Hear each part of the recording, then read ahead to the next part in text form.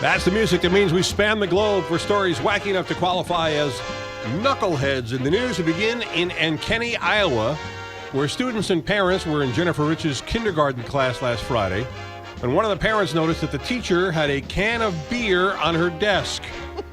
Did I mention this is a kindergarten teacher? What? Where was this again? Ankeny, Iowa. One of the parents called 911, who came and took the teacher into custody when she tested positive on a preliminary breath test device. During questioning, officers said that her eyes were bloodshot and watery. They also found a leather bag in the classroom with 2 empty beer cans and 4 additional full beer cans inside.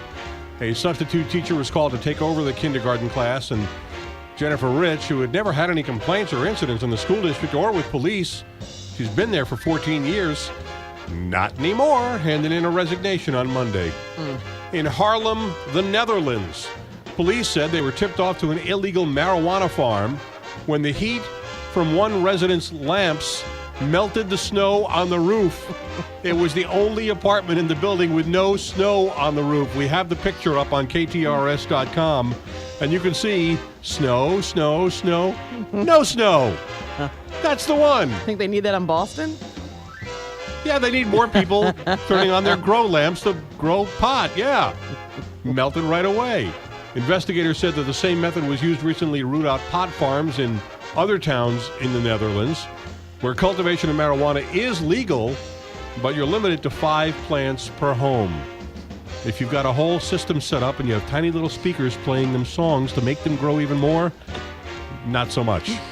Next, we go to Seattle, Washington, where a resident of an apartment complex caught a man who didn't live there stealing quarters from a soda machine in the laundry room. The burglar then blocked the door and tried to get away by cutting through the drywall. But when he ran into a basement masonry wall, he crawled into a vent where, of course, he got trapped and had to call for help. Firefighters came, cut him free. When they asked him, "Do you need medical attention?" he said, "I need heroin."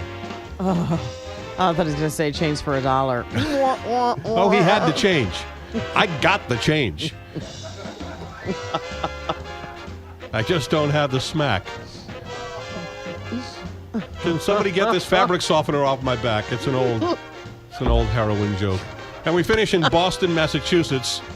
Speaking of the snow there, where a man dug out a bunch of snow to clear a parking space for himself, and he claimed it by putting an old bookshelf in the spot. Now, this is a tradition in Boston and other really cold weather cities, where even the mayor of the town has said, if you dig out the space, you have that space for 48 hours. Nobody else can pull into that space. You mark it. People use folding chairs. This guy used a bookshelf to mark it for himself. It's like a sacred thing there. So the guy goes to work the night shift as a driver for Uber. And at the end of his shift, he comes back, and there's not only is there a car in his space, but it's a car with New York plates, which they do not like in Boston. And this was less than 24 hours after the guy had shoveled it out. And as we mentioned yesterday, 100 inches of snow.